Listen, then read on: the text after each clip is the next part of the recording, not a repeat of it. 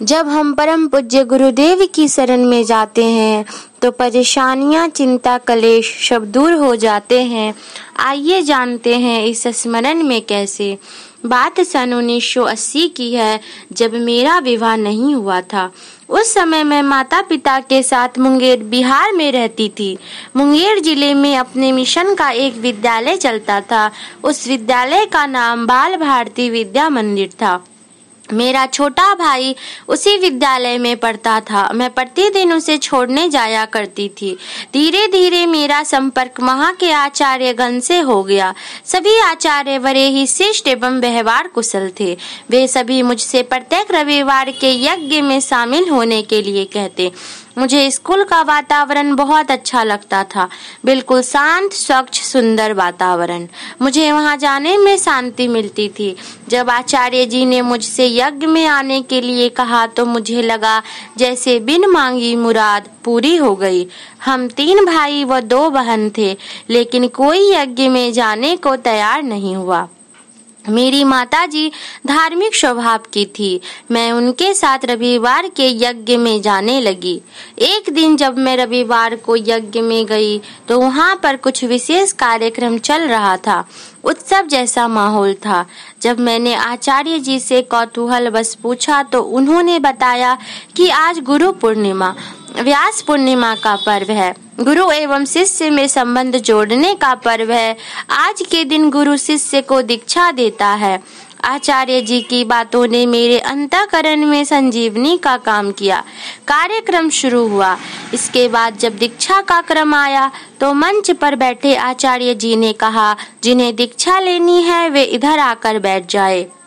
ये शब्द मेरे कानों में पड़ते ही मेरे पैर अनायास ही दीक्षा के लिए बढ़ गए।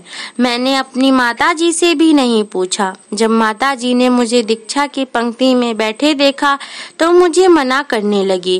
कहने लगी, अभी शादी नहीं हुई है, पता नहीं कैसे घर में शादी हो, तुम्हें आगे नॉनवेज भी खाना पड़े शायद।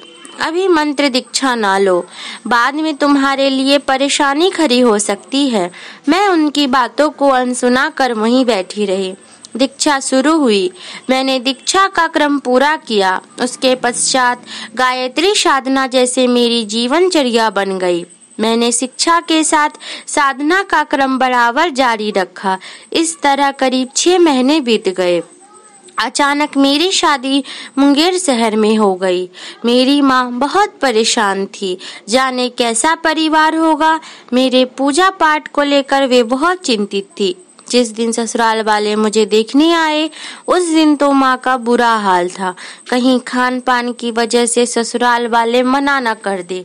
मुझे तो किसी प्रकार की चिंता नहीं हो रही थी।